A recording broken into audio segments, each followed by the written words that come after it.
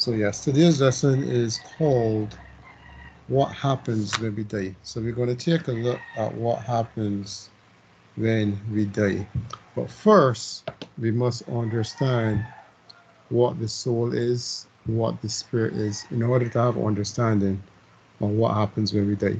Because most people are going to tell you, oh, we have a soul, we are made out of body, mind, and soul. Um, but that is not really so. So we're going to start this in Genesis chapter 2. So we're going to look and see what the soul is. So Genesis chapter 2 and verse 7. And it reads, And Yah Elohim formed man from the dust of the ground and breathed into his nostrils the breath of life. And man became a living soul. Man became a living soul. Man did not get a soul, but man became a living soul. So this thing about we have a soul and the soul is that thing between this and that, that is not what the scriptures support. It told us here that Elohim breathed the breath of life into man's nostrils. You got to mute, brother.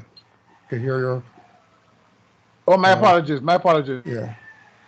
So man breath, the Most High, he breathes the breath into man's nostrils, the breath of life, and man became a living soul. So let's go a bit further. We're going to go to Genesis chapter 3 and see what happens. So Genesis chapter 3 from verse 17. And it tells us here, And unto Adam he said, Because thou hast hearkened unto the voice of thy wife, and have eaten of the tree which I commanded thee, saying, Thou shalt not eat of it. Curse is the ground for thy sake. In sorrow shalt thou eat of it all the days of thy life. So this is when Adam had listened to Eve, and he had took of the fruit the Most High told him not to eat from that tree. So he took of the tree, and now cursed is the ground because of what Adam did. Verse 18, it says, Thorns also and thistles shall it bring forth to thee, and thou shalt eat the herbs of the field. So verse 19, and he says, In the sweat of thy face shalt thou eat bread, till thou return unto the ground. For out of it was thou taken, for dust thou art, and unto dust shall thou be returned.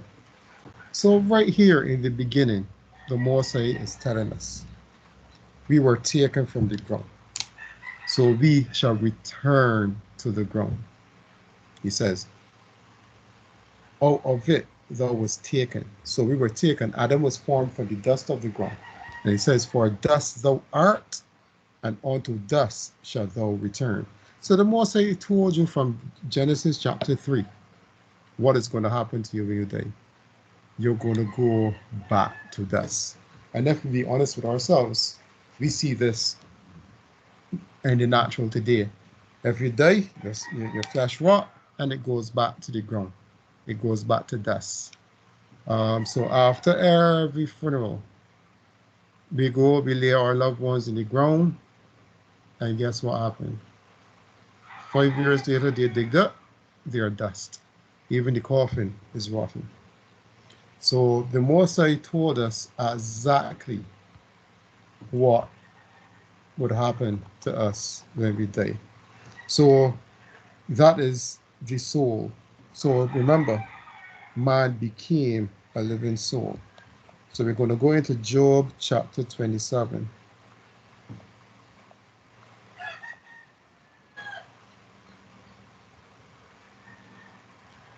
Job chapter 27, and we're going to read the first 3 verses.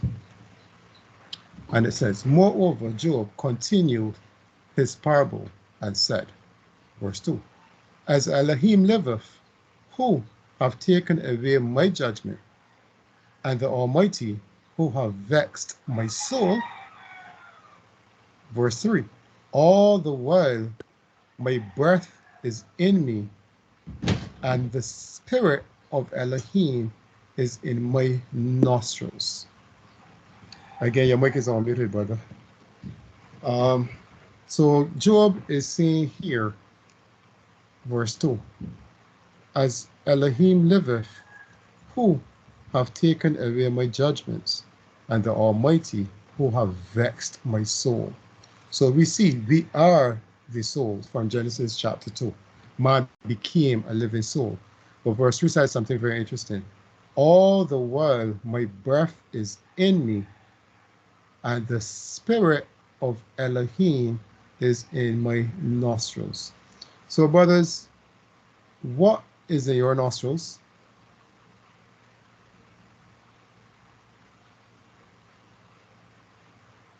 The breath. The breath of life that we just saw in Genesis chapter 2, verse 7. He breathed the breath of life into man's nostrils. And Job is here telling you in verse 3, and the spirit of Elohim is in my nostrils. So this spirit, this breath that Job is referring to here is that spirit. That is the spirit that the Most High gave to man in Genesis chapter 2, when he breathed the breath of life into man's nostrils. And we will further explain that as we go on. So the soul, as we see, man didn't get a soul, man became a living soul. And now we see Job is describing the breath of life as a spirit. That is the spirit that was given to man from the beginning. So let's go into Job chapter 33.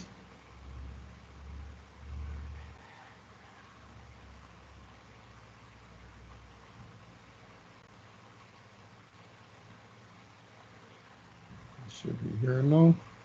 That's Job 33. And we're going to read verse 3 and 4. So it says, my words shall be of an uprightness of my heart, and my lips shall utter knowledge clearly. The spirit of Elohim hath made me, and the breath of the Almighty have given me life. I read verse 4 again. The spirit of Elohim have made me, and the breath of the Almighty have given me life. Again, Job is coincided with what we see in Genesis chapter 2, verse 7. That breath that was breathed into man's nostrils, that has given life to man. Man became a living soul after the Most High gave man life by breathing his breath into man's nostrils. So again, we see the spirit that was given to man is that breath. So we're going to look into Psalm chapter 104.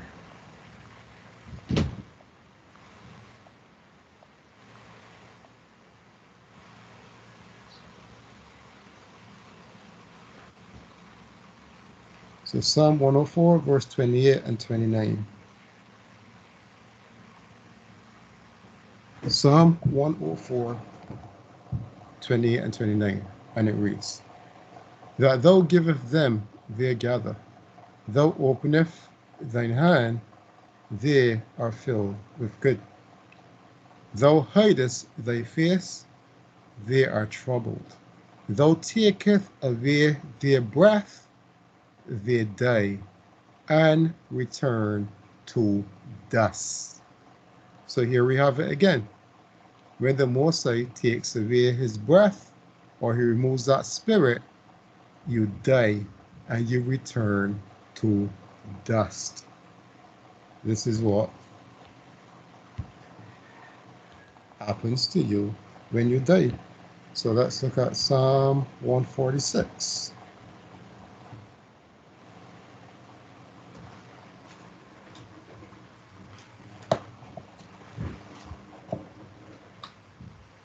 Psalm 146, verse 3 and 4. And it reads, "Put not your trust in princes, nor in the Son of Men, in whom there is no help.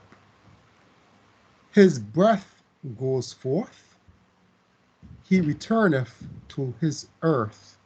In that very day his thoughts perish." So now we're going a bit further. So it's telling you, don't put your trust in princes nor in men, because men breath is taken away. It goes forth. That's what it means here. The breath goes. He returneth to his earth, just as they said in Genesis 3. Verse 19, man, when he dies, he returns to dust. He returns to the earth. So he returneth to the earth, in that very day his thoughts perish. So when your breath is taken away, your thoughts perish. There is no more thoughts. There is no more anything. You are dead. Only thing to look forward to is if you were walking in law, statutes, and commandments, the first resurrection or the second resurrection.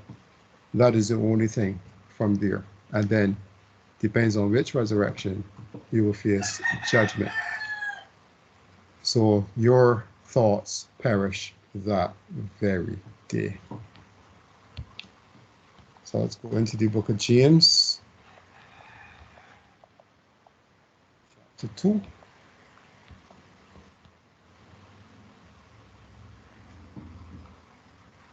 And we're going to read verse 26. James chapter 2 and verse 26, he tells us, "For as the body without the spirit is dead, so faith without works is dead." So we know we use this here, people use this to talk about faith is by faith. But he did a statement here.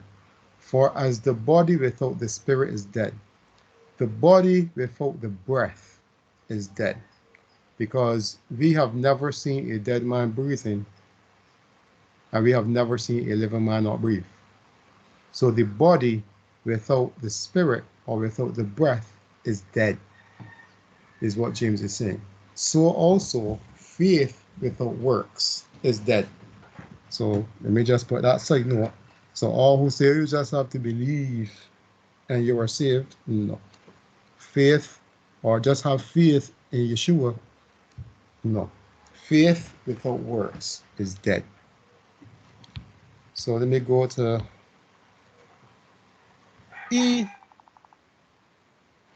Ecclesiastes chapter 12. Let's see what Solomon says about death. Solomon, as we know, it is said, was the wisest man ever lived. So let's see what Solomon has to say about this occurrence called death.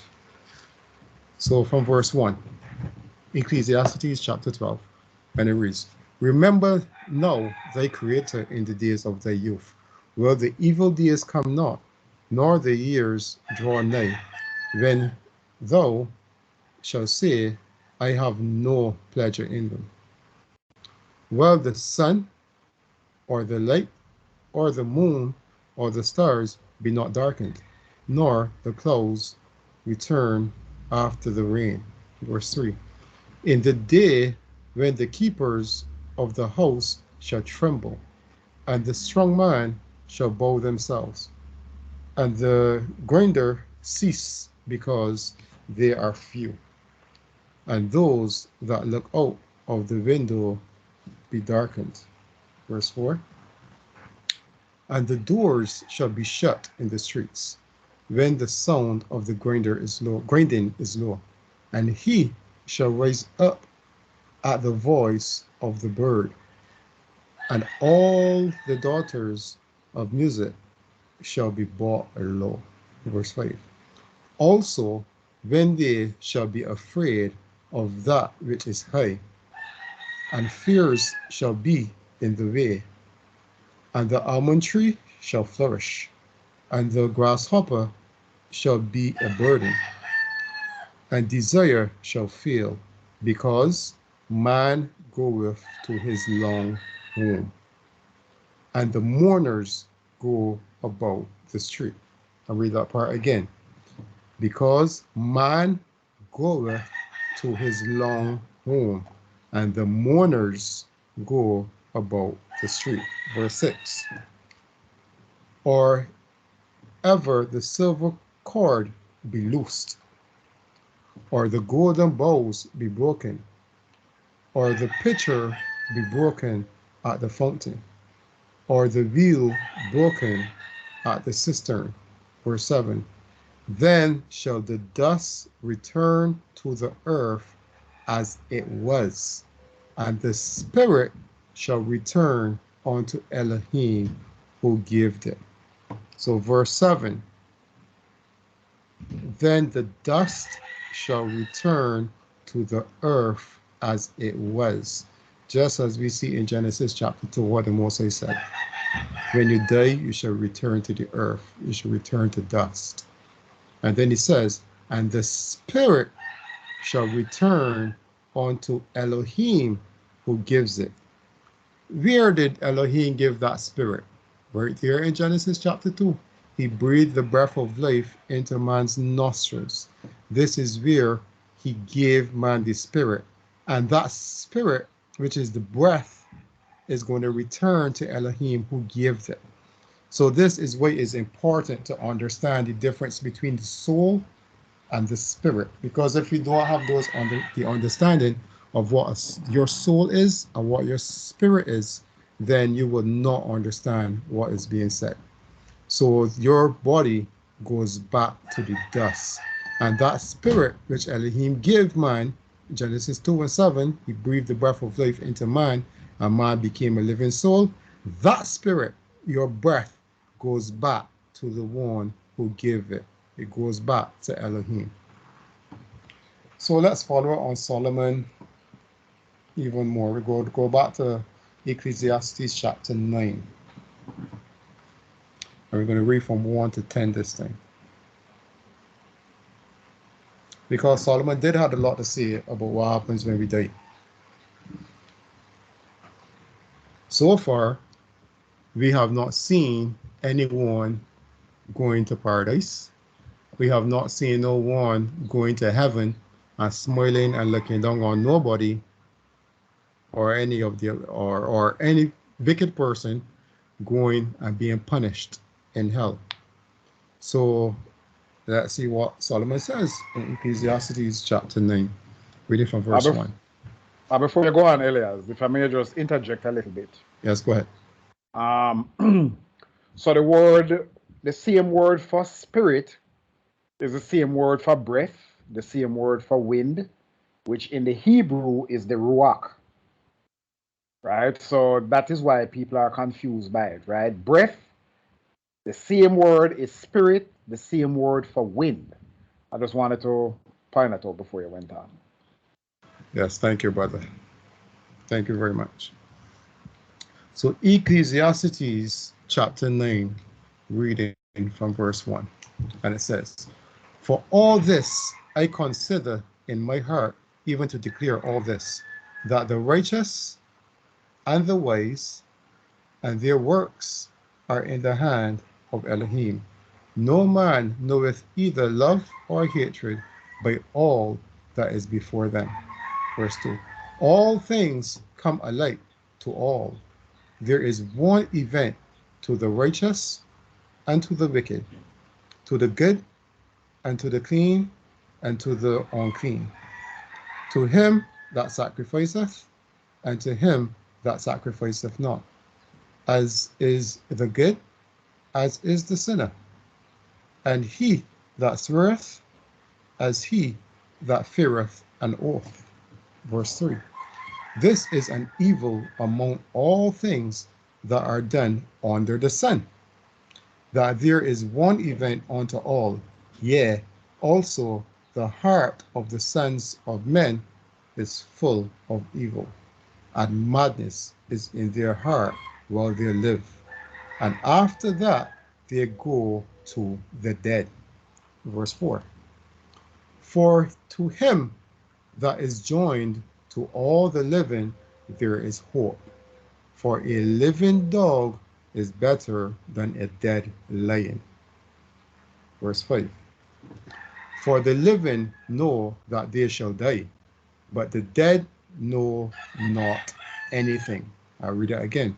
For the living know that they shall die, but the dead know not anything. Neither have they any more a reward, for the memory of them is forgotten. So he's telling you the dead, once you die, you know nothing. It's blank. That's it. So maybe verse 5 again. And it says, for the living know that they shall die, but the dead know not anything.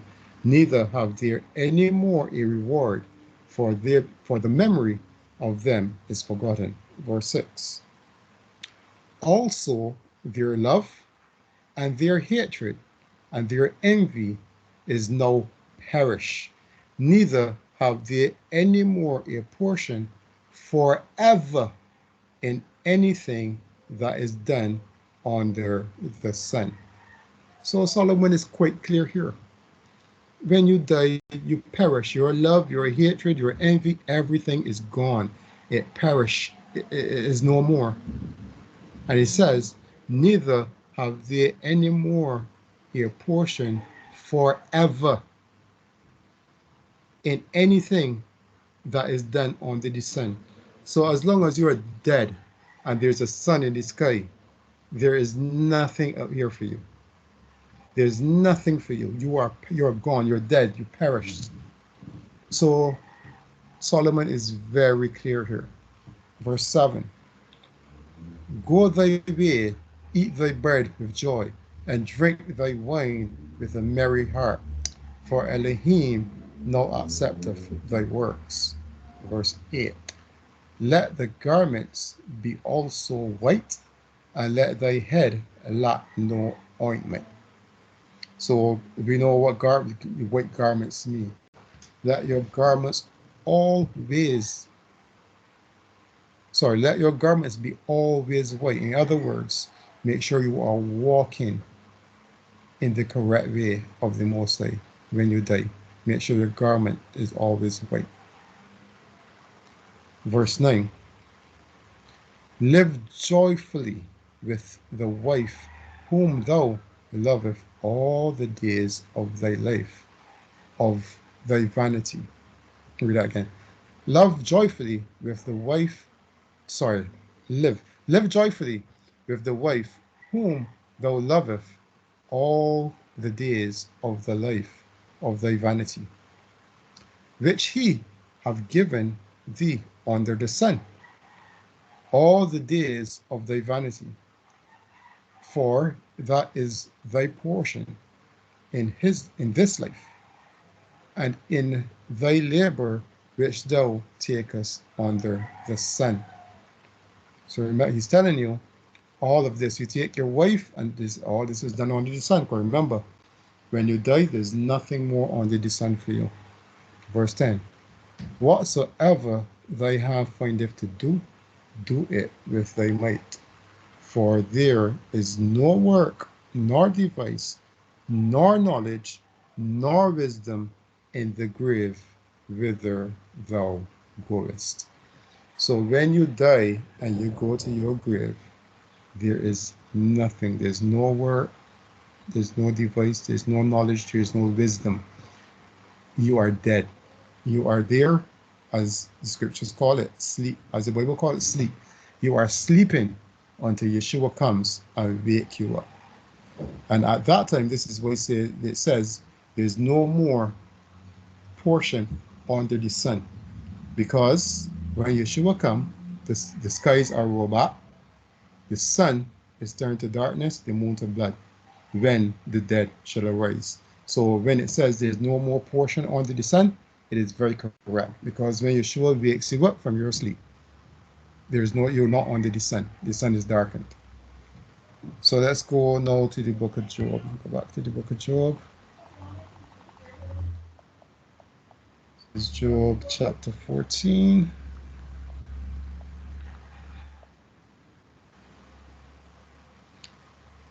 And we can read verse 1 and 2, and then we're going to skip down. Job chapter 14, verse 1, and it reads, Man that is born of a woman is of few days and full of trouble. He cometh forth like a flower and is cut down. He fleeth also as a shadow and continueth not. So Job is telling you, man that is born of a woman, basically he's going to die. So let's go down to verse 10. We're going to read from 10 to 14. So verse 10. But man dieth and wasteth away. Yea, man giveth up the ghost, or man giveth up the breath. And where is he? So Job is asking the question. But man dieth and wasteth away. Yea, man giveth up the ghost. And where is he? Verse 11. As the water fail from the sea, and the flood decayeth and drieth up, so man lieth down and riseth not, till the heavens be no more. There shall not awake. They shall not awake, nor be raised out of their sleep. Now, just as I said, there's no more portion for a dead person under the sun. So Job says, so man lieth down and riseth not, till the heavens be no more. Now, he's referring to the firmament, what is called the firmament, that heaven, that is rolled back when Yeshua comes. It says it rolls back like a scroll. So this is what he says, till heaven is no more. That firmament rolls back. It is there no more. When the dead is going to rise. They shall not awake, nor be raised out of their sleep. As long as that firmament is there, the dead cannot be raised. Verse 13. Oh, that thou wouldest hide me in the grave, that thou wouldest keep me secret until thy wrath be past, that thou wouldest appoint me a set time and remember me. Verse 14. If a man die, shall he live again? All the days of my appointed time will I wait till my chance come. So even Job had this knowledge of that he is going to raise from the dead one day. Verse 14. If a man die, shall he live again? Question mark. All the days of my appointed time will I wait. So all the days that he is dead, he's waiting till my chance come. What chance? Till Yeshua wakes him from the dead. This is what Job is saying here. So let's take this now into the book of Luke. Luke chapter 8.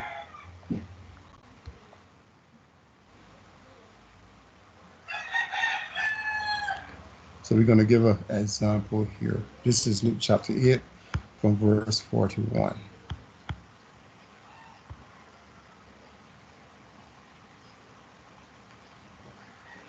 Luke chapter 8, we're going to read from 41, we're going to read 41, 42, and then 49 to 56. So verse 41. And behold, there came a man named Jairus, and he was a ruler of the synagogue. And he fell down at Yeshua's feet and besought him that he would come into his house. For he had one only daughter, about 12 years of age, and she lay a dying. But as he went, the people found him. So this is a guy, his only daughter was dying. And he wanted Yeshua to heal his daughter. So let's get down to verse 49. And it reads, While he yet spake, there cometh one from the ruler of the synagogue's house, saying to him, Thy daughter is dead. Trouble not the master. So one came from the house unto the master and was telling him about your daughter has died. So there's no more need to trouble Yeshua. Verse 50. But when Yeshua heard it, he answered him, saying, Fear not, believe only, and she shall be made whole. 51. And when he came into the house, he suffered no man to go in, save Peter and James and John, and the father and the mother of the maiden. So remember, he says in verse 50, Fear not, only believe, and she shall be made whole. So when he got there, he only allowed Peter, James, and John, and the mother and the father of this young maiden, or this young girl, or this young virgin, to come into the room. So verse 52. And all wept and bewailed her. But he said, Weep not, she is not dead, but sleepeth. Verse 53. And they laughed him to scorn, knowing that she was dead.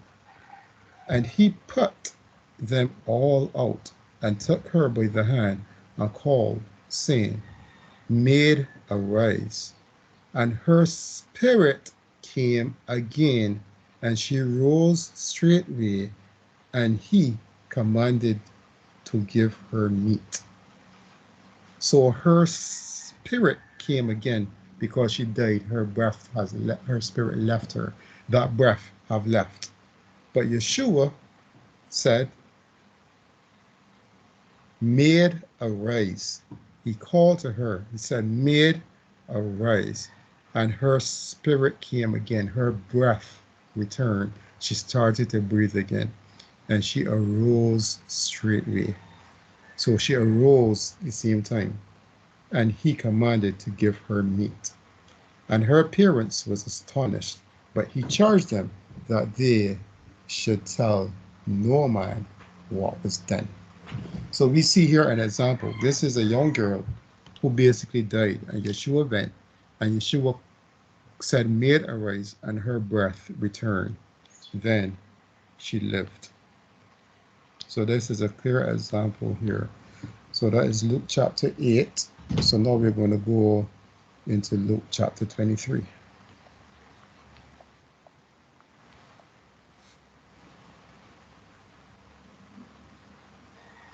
So we're going to take a look at what happened to Yeshua. Verse 44 of Luke 23. I'm going to read 2 verses here. So Luke 23, verse 44 to 46. 44 reads, And it was about the 6th hour, and there was a darkness over all the earth until the 9th hour. And the sun was darkened, and the veil of the temple was rent in the midst. Verse 46. And when Yeshua had cried with a loud voice, he said, Father, into thy hands I commend my spirit. And having said this, he gave up the ghost. So into my Father, into thy hands I commend my spirit. And having said this, he gave up the ghost, or he gave up the spirit. This is his breath. When he said this, he gave up his breath. His breath left him. He died. So that is another clear indication of, actually no, I wanted to stay in chapter 23.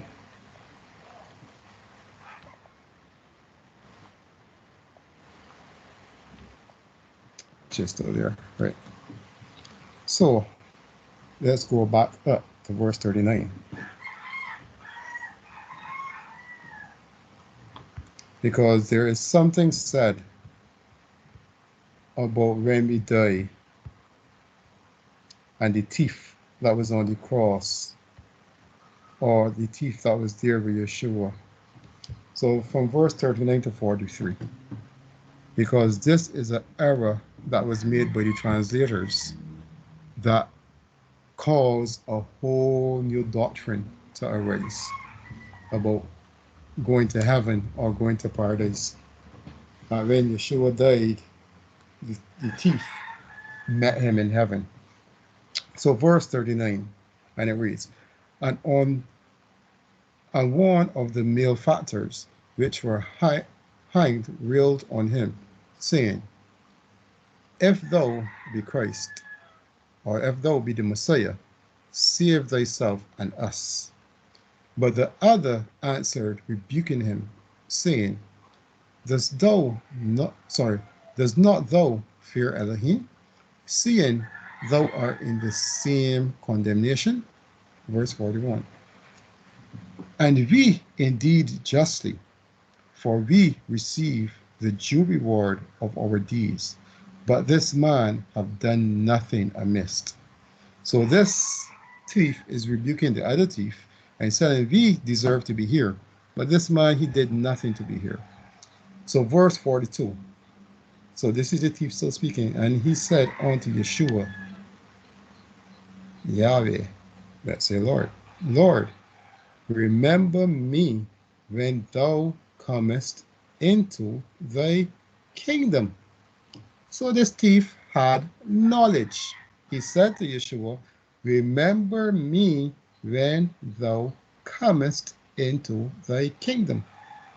So we who have some understands Yeshua's kingdom is to come.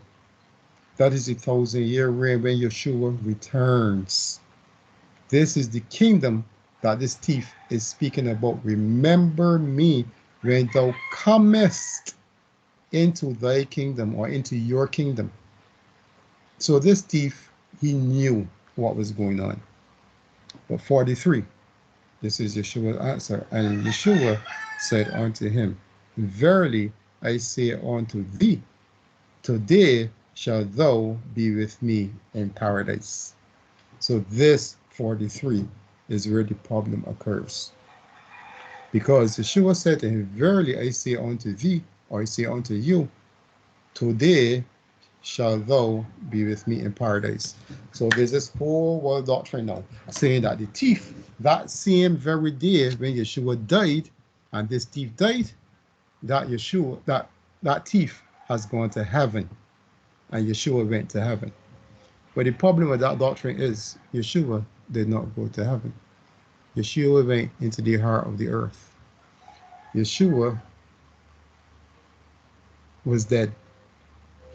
Yeshua did what every dead person does. He died. His spirit, as he said in verse 46, went back to the Father. Yeshua did not go to heaven.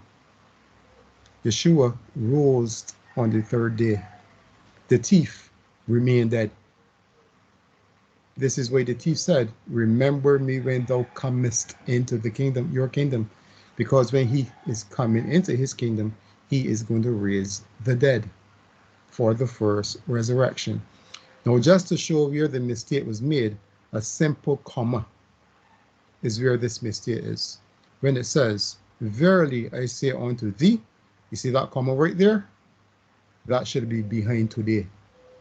So it should say, verily I say unto you today, or I say to thee today, because he said it to him that day, that thou shalt be with me in paradise.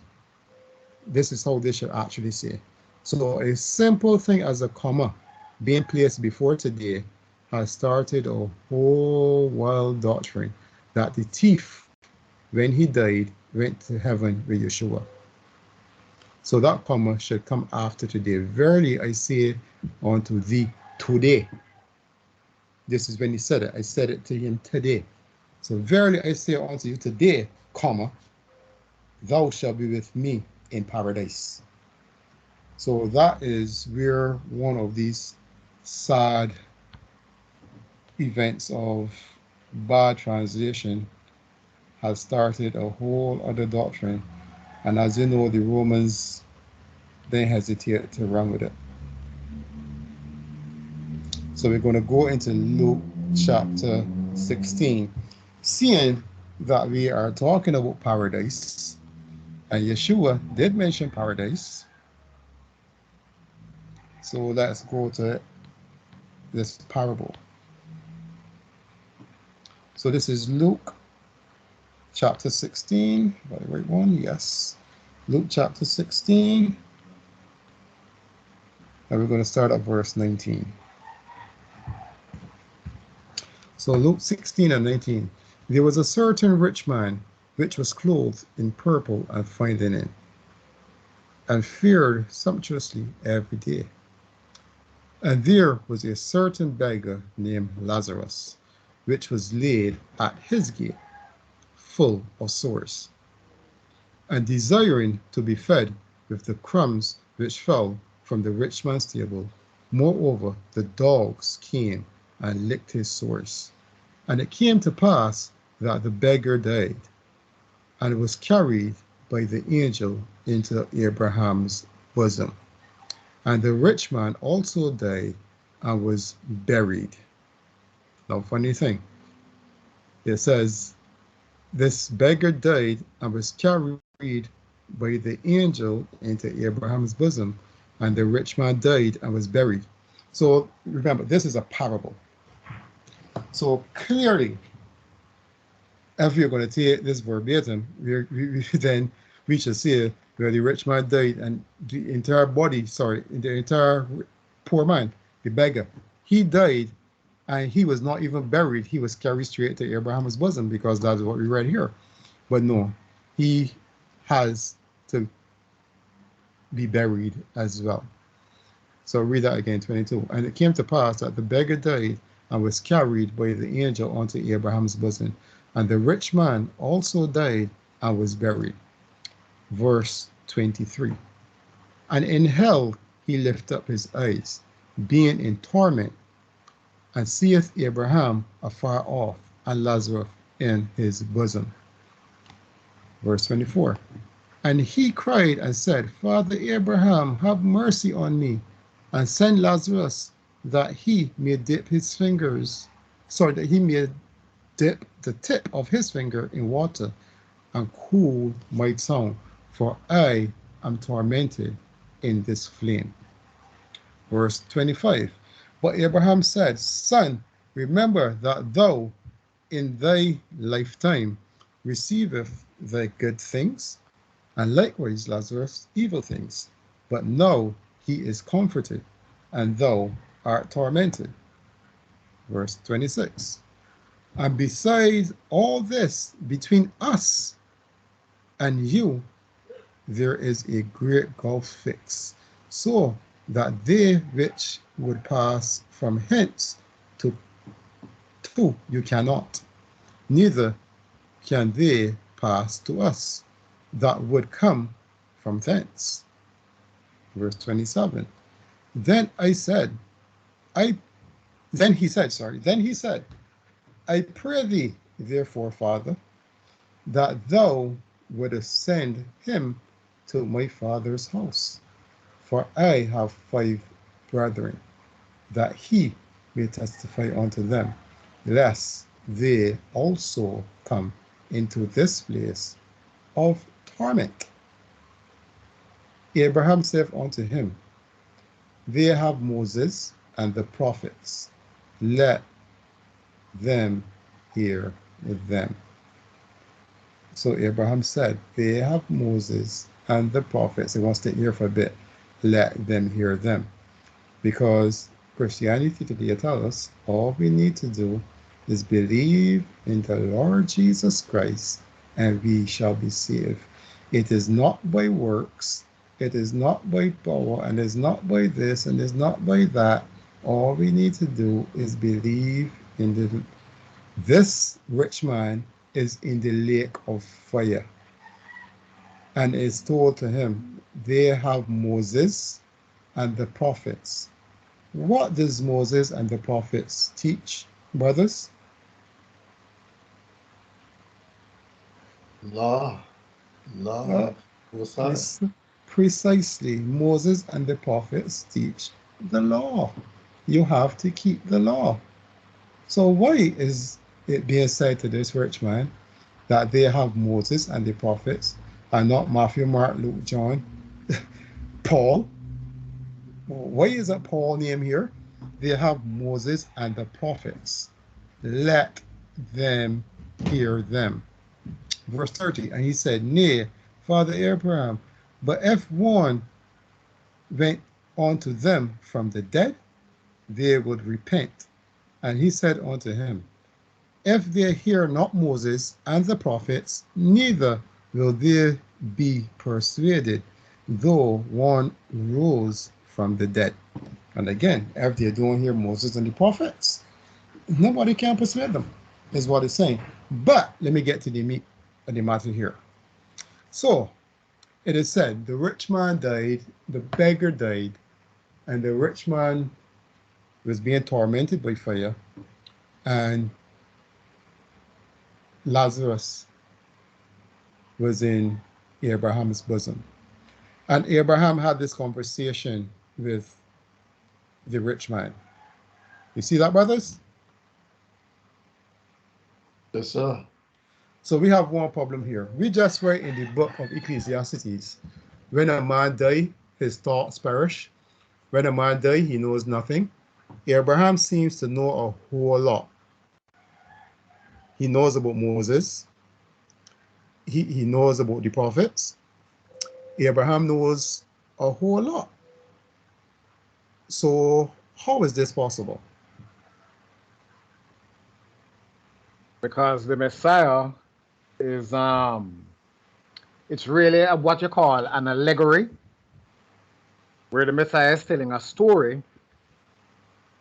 Some people might say it's a proverb, but more specifically, it's an allegory. It's a story, sometimes using fictional characters or using a fictional situation to teach a life lesson. So that's what the Messiah was basically doing. It's not that Abraham was actually alive. It's not that Abraham knows anything. The Messiah was just teaching a lesson. So this is why it's important to have a spiritual understanding of the scriptures rather than just focusing on the words that are written on the page. Yes. So, also, next question. So, when we die, are we punished right away? No. Precisely. That is what we did it last week in the lesson. When Yeshua, the first resurrection and the second resurrection, when those in the second resurrection, some were raised to everlasting glory and some were raised to everlasting contempt. So if Lazarus and this rich man died and they are already judged, or if you die and you are good, you automatically go to hell where the devil barbecues you, or you go to heaven and you don't want to live and smile, then what is the reason for judgment that is coming? It seems like people are already judged. It seems like the good already received their reward and the wicked already received their reward. So then what is the purpose of the judgment to come? So clearly it does not match at all, because this, as you said, I call it a parable, because this beggar is, this beggar, is in the kingdom, and this rich man clearly is in the lake of fire. It mentions he's being tormented with his heat, and he just won't allow. So this beggar is definitely in the lake of fire. But before me explain that, let me show you guys something here. And this is in Matthew. This is Matthew 13.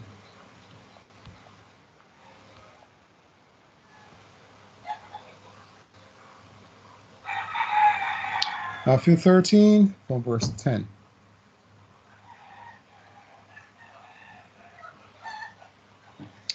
We're going to read 10 to 17. And it says, And his disciples came and said unto him, Why speakest thou unto them in parables? He answered and said unto them, Because it is given unto you to know the mysteries of the kingdom of heaven, but to them it is not given. Verse 12. For whosoever hath, to him shall be given, and he shall have more abundance. But whosoever hath not, from him shall be taken away even that he have. Verse 13. Therefore speak I to them in parables, because they seeing see not, and hearing they hear not, neither do they understand. And in them is fulfilled the prophecy of this Isaiah, which saith, by hearing ye shall hear, and shall not understand, and seeing ye shall see, and shall not perceive. Verse 15. For this people's heart is wax gross, and their ears are dull of hearing, and their eyes they have closed, lest at any time they should be with their eyes sorry, maybe that again. Lest at any time they should see with their eyes, and hear with their ears, and should understand with their hearts, and should be converted, and I shall heal them. Verse 16. But blessed are your eyes, for they see, and your ears, for they hear. For verily I say unto you, that many prophets and righteous men have desired to see those things which ye see, and have not seen them, and to hear those things which ye hear, and have not heard them. So this is where Yeshua spoke in parables and spoke the way he did, even here in Luke chapter 16 from 19 to 31. Because those who have ears to hear will hear, and there are many who would not hear, as he says here. It is not for them. And let me give you this other one in Matthew chapter 4.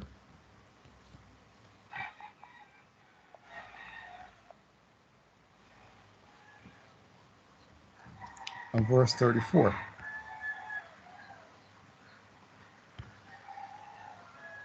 I definitely got that one.